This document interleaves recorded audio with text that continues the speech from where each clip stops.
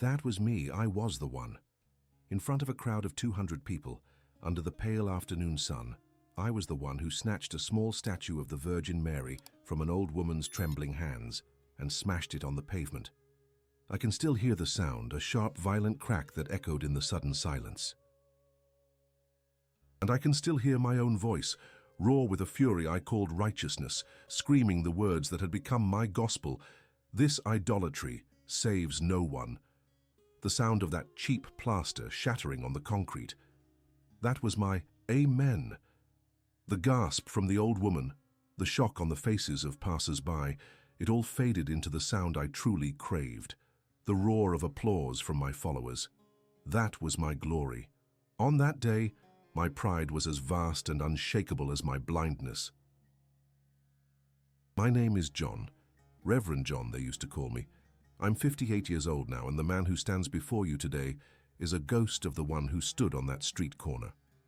I was born and raised in the heart of the Midwest, in a small town where faith wasn't just a Sunday affair. It was the very air you breathed. My father was a man of the book, stern but fair, and he raised me on a diet of scripture and conviction. There was God, and there was the Word, and anything else was a distraction, a dangerous deviation from the one true path. I inherited his fire, but I weaponized it. I saw compromise as corruption, and I saw the traditions of the Catholic Church, especially their reverence for Mary, as the greatest corruption of all. To me, it was a direct affront, an insult to the singular glory of God. This wasn't just a theological disagreement for me.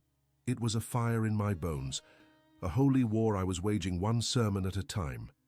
I built a ministry on it, first in a small church, and then online, where my sermons would go viral. People were drawn to my certainty, my absolute refusal to bend. They called it strength, I called it truth. My life was my message. My wife, Sarah, was the living proof. She had been raised Catholic, a fact I saw not as a part of her history, but as a darkness from which I had rescued her.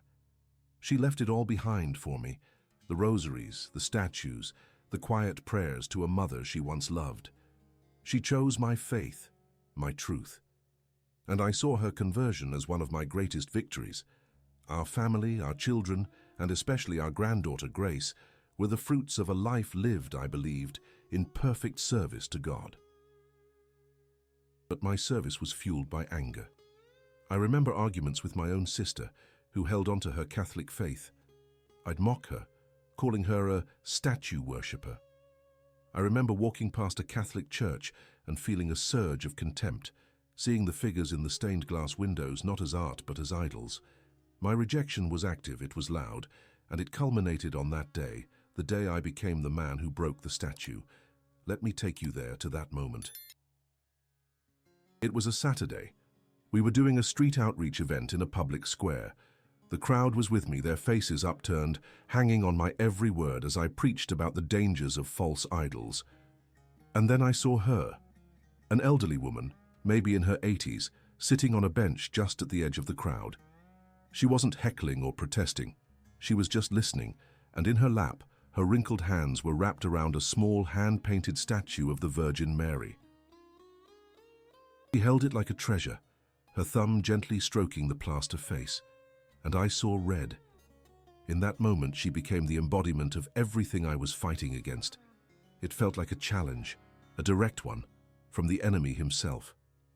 I stopped my sermon mid-sentence and I walked towards her. The crowd parted. I could feel their energy, their anticipation. I stood before her, and for a moment, she looked up at me with confused, watery blue eyes. I didn't say a word. I just reached down and took the statue from her hands. It was light, cool to the touch.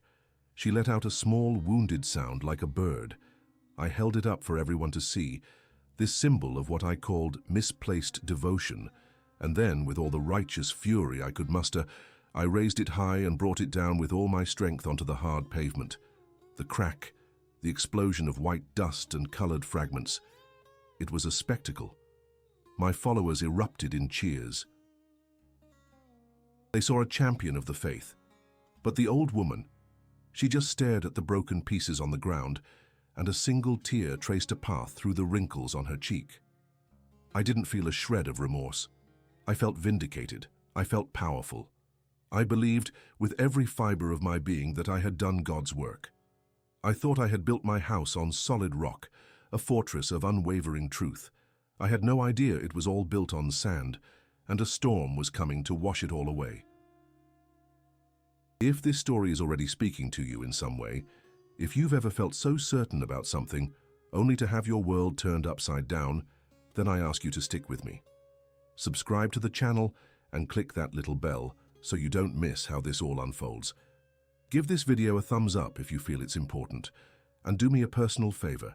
In the comments below, just tell me what city or state you're watching from.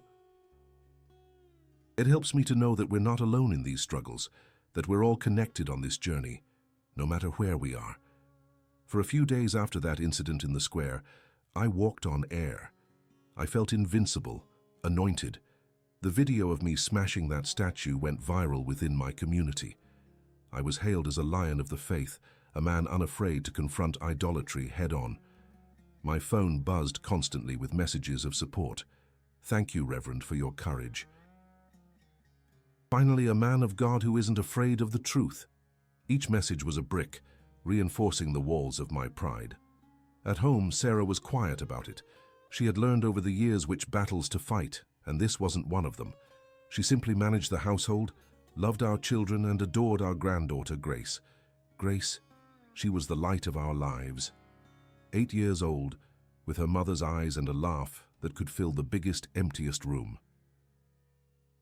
She was the reason for everything, the living, breathing proof of our blessed life.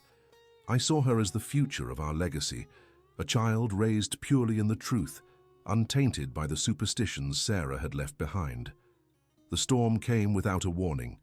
It started on a Tuesday, just 3 days after my great public victory. Grace had a cough, nothing more, the kind of cough every kid gets. By Wednesday, she had a fever. We gave her children's Tylenol and put her to bed with an extra blanket. I remember kissing her forehead that night. It was hot, unnervingly so.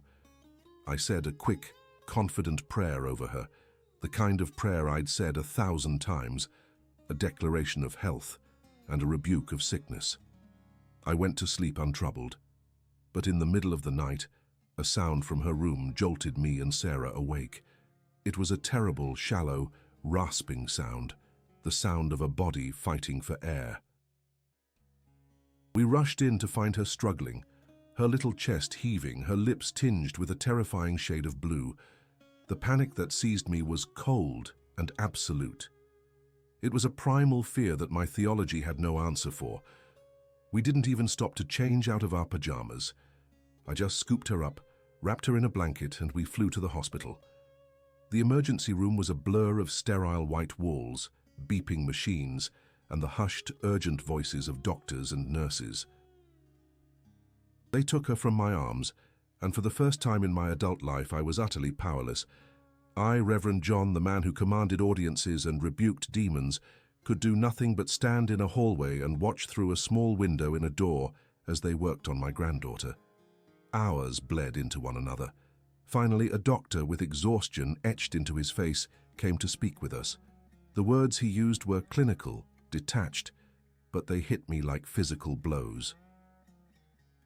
Virulent pneumonia, aggressive, both lungs, PQ, ventilator. He was speaking English, but I could barely understand him. All I heard was the subtext, "Your granddaughter is dying." They moved her to the pediatric intensive care unit, a place where hope and despair hang in the air in equal measure. Seeing her in that bed, it broke something inside me. This tiny, vibrant girl, now so still and small, dwarfed by the machinery that was breathing for her. A tube down her throat, wires taped to her chest, the rhythmic, artificial hiss and click of the ventilator filling the silence. This was my moment to be the spiritual giant my followers believed I was. I laid my hands on her small body. I prayed. I didn't just pray, I commanded. I quoted scripture, I rebuked the spirit of infirmity. I declared healing in the name of the one true God. My congregation was alerted. A prayer chain was started. Hundreds, maybe thousands of people were praying for grace. And I waited for the miracle. I waited for the fever to break, for the monitors to change, for the hand of God to sweep in and prove my faith correct. But nothing happened. The numbers on the screens didn't change. The doctor's reports remained grim. My prayers, once so loud and certain, felt like they were hitting the acoustic tile of the ceiling and falling back on me as empty, useless echoes. Day 2 became day 3. The silence from heaven was deafening. Where was the God I had served with such ferocity, the God in whose name I had condemned others? For the first time, a terrifying thought crept into my mind. What if he wasn't listening? Or worse, what if he was, and the answer was no? My pride, that great fortress I had built, began to crumble, and all that was left was a terrified old man watching his granddaughter slip away. It was in that moment of absolute desolation, in the dim light of the hospital room late one night, that I saw it. Sarah, thinking I was asleep in the chair, quietly pulled something from her purse. It was a rosary, a simple wooden one, worn smooth with use. Her fingers, trembling, began to move over the beads, her lips moving in a silent, desperate prayer. The sight sent a jolt of my old fire through me, a reflexive anger. "What are you doing?" I whispered, my voice harsh. She flinched, hiding the rosary in her palm. "John, please," she begged, tears welling in her eyes. "I don't know what else to do." "That?" I hissed, pointing at her hand. "You turn to that? To beads and chants, after everything? Is your faith that weak?" The cruelty of my own words hung in the air between us, another sterile, beeping machine. She looked at me, her face a mask of grief and exhaustion, and said something that shattered what was left of my certainty. "My faith," she said, her voice barely a whisper. "My faith is in my daughter's God, in my mother's God. Right now, John, I don't care what he looks like. I just need him to save my baby." She turned away from me then, back toward Grace, and continued her silent prayer. And I just sank back into my chair, defeated. My anger was gone, replaced by a hollow emptiness. I had nothing left. My God was silent. My wife was a stranger, praying to a mother I had mocked. And my granddaughter was dying. I had reached the bottom. I was a preacher with no sermon, a man of faith with no faith left, a grandfather with nothing to offer but his own breaking heart. If you've ever felt that kind of desperation, that feeling of being completely broken and alone in a sterile room while your world falls apart, then I hope you'll stick with me through the rest of this. Hitting that like button and the notification bell lets me know that we're connected in these struggles, that I'm not just speaking into the void. It truly means a lot. I sat there in the dark, a hollowed-out man in a vinyl chair that squeaked with every shift of my despair. The only light came from the glowing numbers of the monitors, a cold digital testament to how close to the edge my granddaughter was. The rhythmic hiss and pump of the ventilator was the soundtrack to my failure. It was the sound of my own uselessness. My wife, Sarah, was asleep on a small cot in the corner, her face etched with a grief that I had only deepened with my harsh words. I had built a kingdom on the certainty of my voice, and now in the face of this overwhelming silence from God, I had nothing. My words were ash in my mouth. My faith was a phantom limb. I could still feel where it was supposed to be, but there was nothing there to move, nothing to hold on to. I was alone in a universe I thought I understood, and it was terrifying. I don't know how long I sat like that. An hour? A lifetime? But eventually there was a sound that broke the mechanical rhythm of the room. A soft, hesitant knock on the door. It opened a crack, and a woman peered in. She was small, older, dressed in the simple dark blue habit of a hospital chaplain. A nun. My first instinct was a jolt of the old me, a surge of indignant rejection. It was like an allergic reaction. Here, now. But I was too tired to fight, too broken to even speak. She saw I was awake and slipped into the room, closing the door behind her with a barely audible click. She didn't look like an adversary. She looked like someone's grandmother. Her face was a roadmap of wrinkles, but her eyes were clear and kind. She moved with a quietness that seemed to absorb the harsh sounds of the room. "I'm Sister Anne," she whispered, her voice gentle, not wanting to wake Sarah. "I was just making my rounds. I saw the light on." I just nodded, unable to form words. What could I say?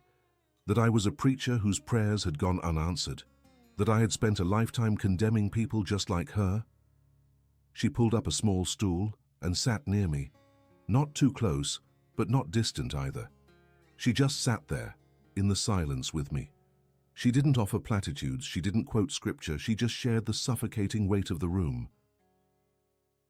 After a few minutes that felt like an eternity, she looked from me to the small, still form of Grace in the bed.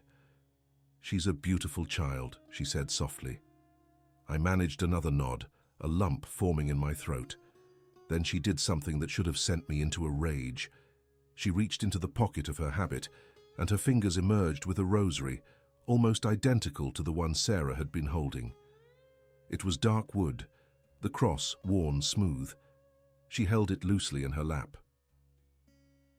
She looked at me, her eyes holding no judgment, only a deep, profound compassion. "Reverend," she said, and the fact she knew who I was barely registered. "May I pray for her? Here, with you?" The question hung in the air. It was the ultimate test. My entire ministry, my identity, everything I had preached and screamed and built my life upon, was contained in my answer. Every fiber of my being, every ounce of my pride screamed, "No! Get that idolatry out of this room. We don't pray to statues or saints. We go directly to God." That was the man I was. But that man was gone. That man's God was silent. That man's pride was a pile of rubble at the foot of this hospital bed. I looked at Sister Anne, at her simple, expectant face. And then I looked at Grace, my granddaughter, my legacy, kept alive by a machine. And in that moment, something inside of me didn't just break, it dissolved. It was a surrender so complete, so absolute, that it felt like dying. The fight was over. I had lost. And in losing, I was suddenly strangely free. I couldn't speak the word yes, but I gave a single, slow, exhausted nod. It was the most honest prayer I had ever offered, a prayer of utter defeat. Sister Anne nodded back, a flicker of gratitude in her eyes. She didn't move to Grace's bedside. She stayed right there on her stool and began to pray. The soft, rhythmic murmur of the Hail Mary filled the room, the quiet click of wood against wood. It wasn't a performance, it was a conversation, a quiet plea. And a strange thing happened. I wasn't listening to the words which I had so often called vain repetition. I was listening to the peace that came with them.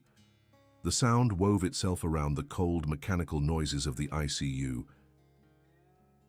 The harsh hiss of the ventilator seemed to soften. The frantic beeping of the monitors seemed to slow, to find a calmer rhythm. It was as if this gentle, ancient prayer was a blanket, settling over the sharp edges of our reality, smoothing them, warming them. It was a presence, a warm, maternal presence that I could feel in the very air. It wasn't a vision of light or a booming voice from the heavens. It was a deep, internal knowing, a feeling of being held. For the first time in days, the terror receded, and a profound, inexplicable peace washed over me. I finally leaned my head back against the chair, and under the gentle cadence of a prayer I had once despised, I fell asleep. I woke with a start. The room was different. The grey, pre-dawn light was filtering through the blinds, casting long shadows. But it wasn't the light that woke me. It was the silence. The hiss was gone. The rhythmic pump of the ventilator had stopped. My heart seized in panic. I shot up, my eyes flying to Grace, expecting the worst. But she wasn't still. Her little chest was rising and falling slowly, deeply, on its own. The tube was gone from her mouth. A nurse was standing by the bed, checking the monitors, and she turned to me with a look of pure, unadulterated shock on her face. "Her fever broke an hour ago," she whispered, as if afraid to break the spell. "Her oxygen levels just shot up." We've taken her off the ventilator. She's breathing on her own. Doctor can't explain it. It's a miracle." The word hung in the air. Miracle. A word I had thrown around so easily from the pulpit, but had never truly understood until now. I stumbled over to the bed, my legs weak. Grace was sleeping peacefully, her skin cool to the touch. The blue tint was gone from her lips. She was back. She was whole.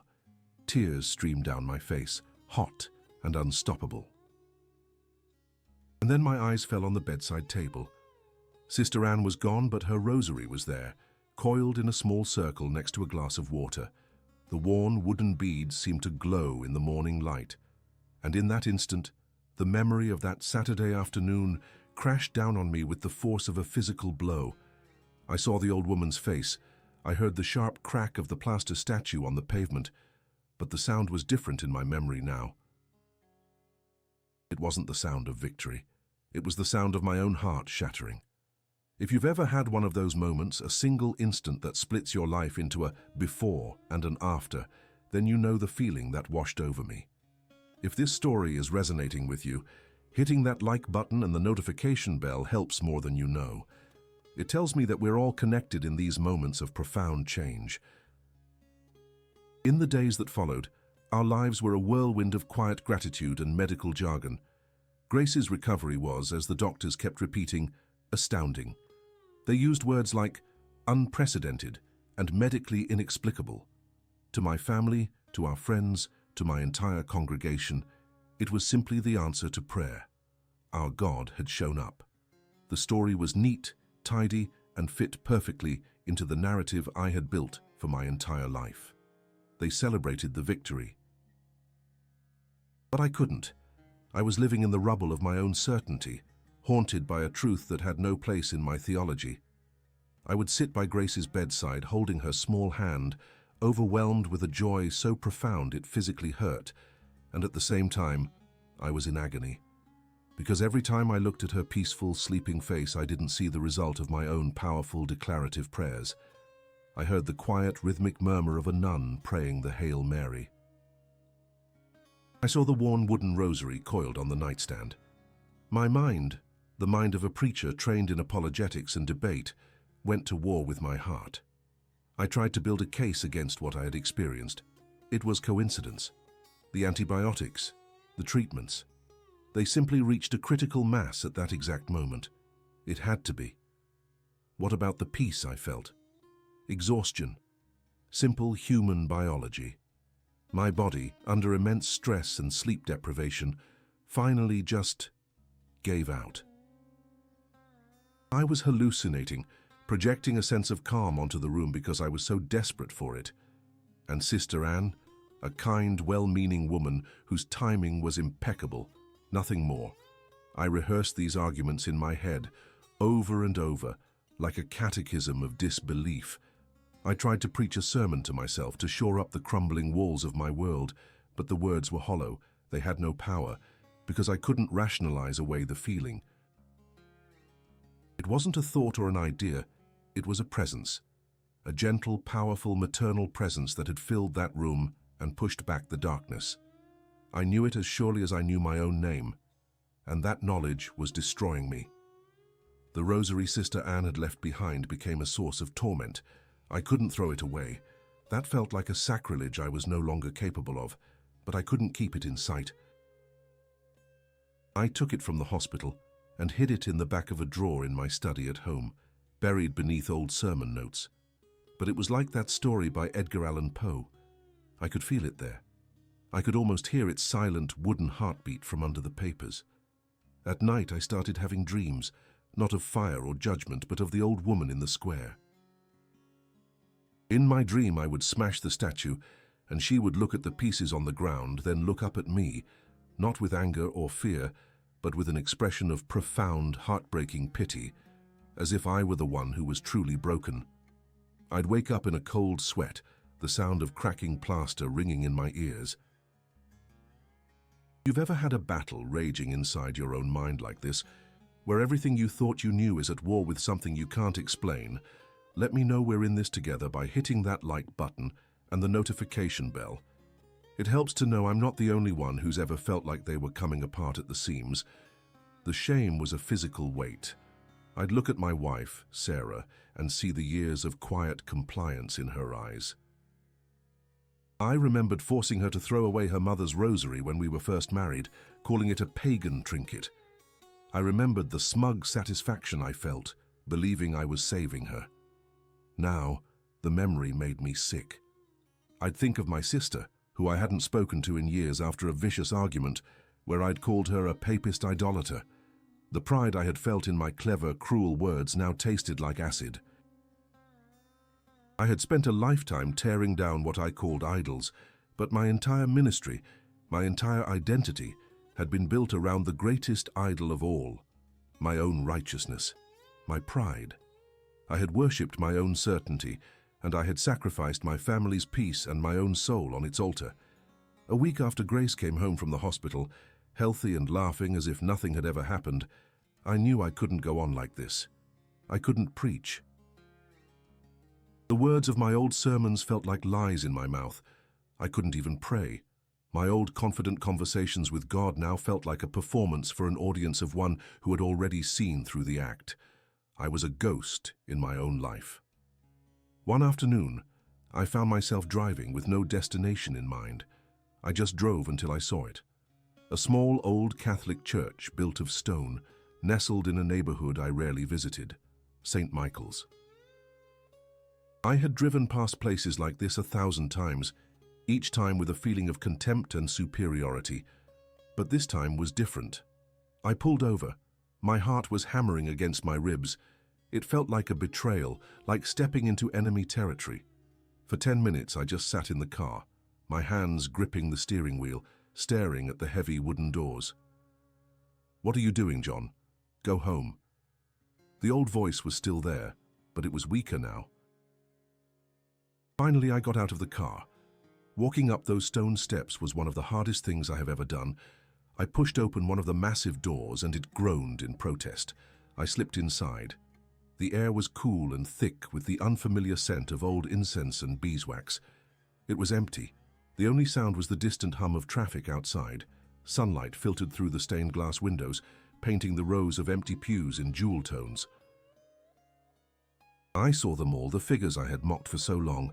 Peter with his keys, Paul with his sword, and all the others. They weren't idols. They were stories, captured in light. My eyes were drawn to a small alcove on the side. A candle stand flickered with the light of a dozen small flames, and behind it, carved from wood and painted in soft blues and whites, was a statue of her, Mary. She was looking down, her expression one of gentle contemplation. There was no judgment in that carved face, no condemnation, only a quiet, receptive peace. I took a hesitant step toward it, then another. I felt like an intruder, a spy. I stood before the statue, the one thing on earth I had taught hundreds, thousands of people to despise. I looked at the hands folded in prayer. I looked at the face, serene and sorrowful, and all the anger, all the righteous fury I had carried for 30 years just evaporated. It left a void, and into that void rushed a tidal wave of grief. I reached out a trembling hand, not to strike, not to defile, but just to connect. My fingers brushed against the cool, painted wood of her robe, and in that silent, empty church, I finally broke. I leaned my head against the cold stone of the wall, and for the first time since I was a small boy, I wept. Not with anger or frustration, but with the heartbreaking, cleansing tears of a son who had finally come home. That quiet weeping in the cold, empty church. It was a baptism. I walked out of those heavy doors into the afternoon light, and the world looked different. The colors seemed sharper, the air felt cleaner. It was as if I'd been seeing my whole life through a dusty, distorted lens, and someone had finally wiped it clean. The drive home was the longest of my life. I wasn't just driving through my city. I was driving through a foreign country, a landscape of my own past that I no longer recognized. When I walked into my own house, Sarah looked at me, and she knew. Before I said a word, she knew something had irrevocably shifted. That night, I finally told her everything. Not just about Grace, not just about the hospital, but about the church. I went to my study, opened the drawer and took out the rosary Sister Anne had left. I placed it on the table between us. I told her I was sorry. Sorry for my pride, for my cruelty, for the 30 years I had forced her to hide a part of her own heart to appease mine. She didn't say, "I told you so." She just reached across the table, her hand covering mine, and wept with me.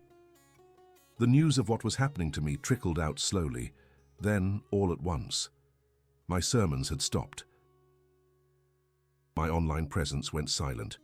The whispers in my former community started first. "Reverend John is struggling," they'd say with feigned concern. When I formally stepped down from my ministry, the whispers turned to rumors, and the rumors turned to accusations. Some said I was having a nervous breakdown, that the stress of Grace's illness had unhinged me. He was hallucinating from lack of sleep, was a common theory. It was the doctors and the medicine that saved her, and he's giving credit to some Catholic superstition. Others were less kind. They saw it as a spiritual failing, a deception. I received emails and phone calls from men I had once called brothers, telling me I had been ensnared by the enemy, that I was a wolf in sheep's clothing, betraying the very truth I had once championed. The irony was suffocating. They were using my own words against me. Through it all, I never argued. I never defended myself. When people would confront me, their faces contorted with anger or pity, and demand an explanation, I would just look at them and say, with a quietness I had never known before, it was the most real experience of my life. My certainty was no longer loud and aggressive. It was a deep, calm, unshakable anchor in my soul. I had lost my reputation, my ministry, my income, and many of my friends. But I had found something I never knew I was missing: peace. I started going back to that little stone church, St. Michael's. At first, I would just sit in the very back pew, long after the services were over, just to be in the quiet. Then I started attending a weekday mass. I didn't understand all the rituals, the standing and kneeling, the bells and the incense. It was all so foreign. But I wasn't there for the doctrine. I was there for the presence. That same feeling of being held, of maternal peace that had filled that hospital room. Those symbols I had once despised became my comfort. The crucifix wasn't an idol. It was a reminder that God understood suffering. The flickering candles weren't empty rituals. They were prayers made visible.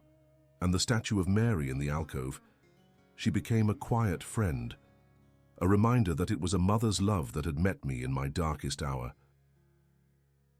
About 6 months after Grace's recovery, the priest at St. Michael's, a kind elderly man named Father Michael, invited the parish to a simple potluck dinner in the church hall. Sarah and I decided to go. Walking into that hall filled with strangers was terrifying. I was sure someone would recognize me, the famous anti-Catholic preacher, but no one did. Or if they did, they didn't care. We were just two more people sharing a meal. Towards the end of the evening, Father Michael stood up and invited anyone who felt moved to share a brief testimony, a story of God's grace in their lives. My heart began to pound in my chest. Sarah squeezed my hand. I knew this was the moment. Trembling, I stood up and walked to the small microphone at the front of the room. 100 curious faces turned to me. I cleared my throat.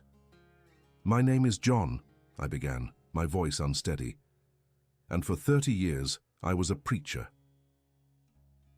Some of you may have even heard of me. I was the man who built a ministry on anger. I was the man who stood in a public square and screamed that your faith was an idolatry that saves no one." A nervous murmur went through the room. I took a deep breath. I was the man who snatched a statue of the Virgin Mary from an old woman's hands and smashed it on the pavement. The room went completely silent. You could have heard a pin drop. "I believed I was a giant of the faith," I continued, tears now streaming down my face. "But my faith was built on the idol of my own pride, and God, in His infinite mercy, allowed my whole world to be smashed, just like that statue. so he could show me what real love was. My granddaughter was dying, and my big, loud, angry faith was useless. And in that hospital room, in the deepest darkness of my life, he sent a mother's love to sit with me. The very thing I tried to smash on the pavement was the hand that reached down and pulled me out of the pit. I was openly sobbing now, but I had to finish. I can't take back the years of hate I preached. I can't apologize to every person I hurt, but I can stand here tonight and ask for your forgiveness, and I can tell you that I am not here because I changed my religion. I am here because God changed my heart. I stepped away from the microphone and just stood there, completely broken and completely free. The silence stretched on for a moment, and then an old woman stood up from a table in the front, walked over to me, and simply wrapped her arms around me in a hug. Then another person and another. There was no applause, there were no cheers, just the quiet, powerful, overwhelming grace of acceptance. Maybe you're listening to this, and you recognize some of my story in your own.